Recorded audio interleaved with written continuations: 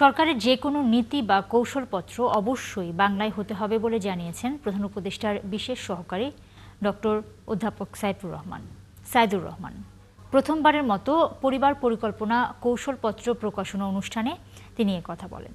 জাতিসংঘের জনসংখ্যা তহবিল এবং বিভিন্ন দাতা সংস্থাদের সহায়তায় আগামী 5 বছরের জন্য এই কৌশলপত্র প্রণীত হয়েছে। স্বাস্থ্য উপদেষ্টার অনুপস্থিতিতে প্রধান অতিথির বক্তব্যে সাইদুর রহমান ইংরেজিতে কৌশলপত্র প্রণয়নের সমালোচনা করে বলেন, আইন অনুযায়ী এই ধরনের কৌশলপত্র বাংলায় হতে হবে, আর যারা এই কৌশলপত্র বাস্তবায়ন করবেন তাদের জন্য বাংলা সহায়ক। প্রধান উপদেষ্টার বিশেষ সহকারী বলেন, পরিবার পরিকল্পনার বিষয়ে সামগ্রিক স্বাস্থ্যসেবার অংশ, আগামীতে বিচ্ছিন্নভাবে নয়, সামগ্রিক স্বাস্থ্যসেবার অংশ হিসেবে পরিকল্পনার সেবা দেয়া হবে। কৌশলপত্র বাংলাদেশের জন্য বাংলাদেশ সরকারের কৌশলপত্র বাংলায় লিখে হতে হবে, এটা আমি আজকে বলে যেতেছি।